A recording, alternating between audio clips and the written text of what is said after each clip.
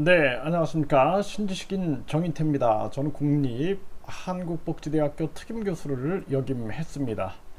네, 유튜브 대체할 공영 인터넷 방송국 만들자, 이 주제로 말씀을 드리겠습니다. 이 언론 방송이 돈과 권력과 손을 잡으면 국민들이 위험에 빠질 수가 있는 것입니다. 그래서 언론 방송은 항상 공정의 목숨을 걸어야 됩니다. 그래서 많은 권력자들이 권력을 잡게 되면은 제일 먼저 장악하는 게 언론 방송이다, 이런 얘기를 합니다. 그래서 제가 공산국가에서 책을 출판을 해봤는데요, 그 책을 되게 검열을 하는 거예요. 검열, 내용을 다 검열을 하는 겁니다. 그래서 책 출판하는데 시간이 너무나 걸리는 거거든요. 깜짝 놀랐습니다.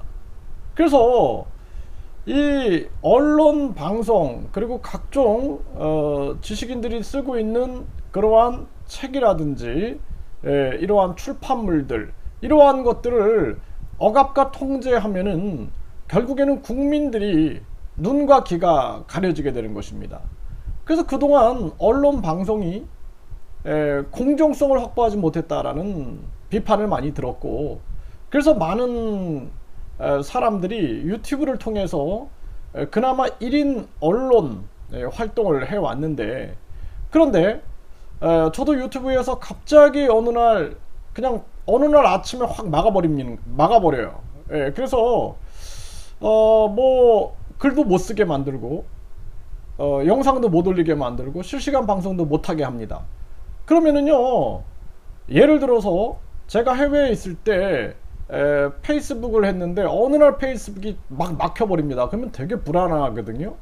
그래서 누가 그렇게 막는지는 모르겠지만, 어쨌든 간에 돈과 권력이 영향을 미쳐가지고 선량한 그러한 소통의 길을 막아버린다라면은, 해외에서는요, 뭐 가족들하고 페이스북으로 소통을 했는데 어느 날 그게 다 막혀버린다 그러면은 사람들이 굉장히 긴장할 수 있어요.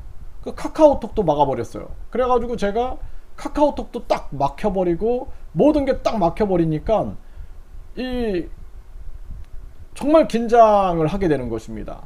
그런 상황을 제가 겪어본 적이 있거든요. 근데 유튜브도 그렇지 않겠지 했는데 팍 막아버리는 거예요. 어느 날 막아버리는 겁니다. 그래서 만약에 어떤 논란의 대상이 있는 영상이 있다 그러면 그 영상에 대해서 논의를 해가지고 청문을 통해서 그것을 뭐 비공개 처리를 할 건지 뭐 이런 결정을 해야 되는 거죠. 그런데 논란의 대상도 아니에요. 정부 정책에 대해서 충분히 우리는 반대할 수 있는 거거든요. 만약에 뭐 로봇 아주 그 지상주의로 몰고 간다. 그래서 로봇이 모든 걸 다 해. 경찰 역할도 하고 로봇이 군인 역할도 해. 나중에 로봇이 인간을 지배하려고 해. 그거에 대해서 비판하면은 입을 틀어막고 그런 사람들을 말을 못하게 재갈을 물린다. 그러면은 그게 정상적인 사회냐라는 것입니다. 그래서 앞으로 대한민국이 유튜브를 대체할 공영 인터넷 방송국이 필요하다, 저는 그 생각을 했어요. 그래서 우리가 KBS, MBC 같은 공영 방송국들이 사실상 거기서 기자라든지 작가라든지 또는 경영진들이 그걸 만들어 가기 때문에 이게 정치적 영향을 받는 거예요. 그래서 항상 공영방송이 정치적으로 편향됐다라는 비판을 계속 받고 있는 거거든요. 그러면 우리나라 같은 경우에는 이제는 국민이 직접 만드는 방송, 그걸 우리가 공영 인터넷 방송국을 만들어서 유튜브 형태로 누구든 들어와가지고 자기의 재능을 뽐낼 수도 있고, 뭐 노래, 미술, 또는 각종 연기, 그리고 이렇게 언론의 역할도 할 수 있고, 물론 허위 사실이라든지 뭐 어떤 사람에 대해서 공격을 한다든지, 그러니까 비판은 괜찮은 거예요. 근데 허위 사실 유포라든지 명예훼손은 안 됩니다. 그러한 부분들이 아니다 그러면은 많은 사람들이 이렇게 방송할 수 있는 공영 인터넷 방송국이 필요하다.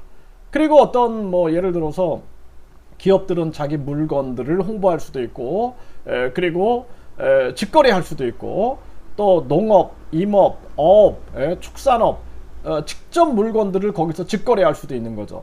이런 공영 인터넷 방송국 겸 쇼핑몰이 될 수도 있는 거고, 홍보 창구가 될 수도 있는 거예요.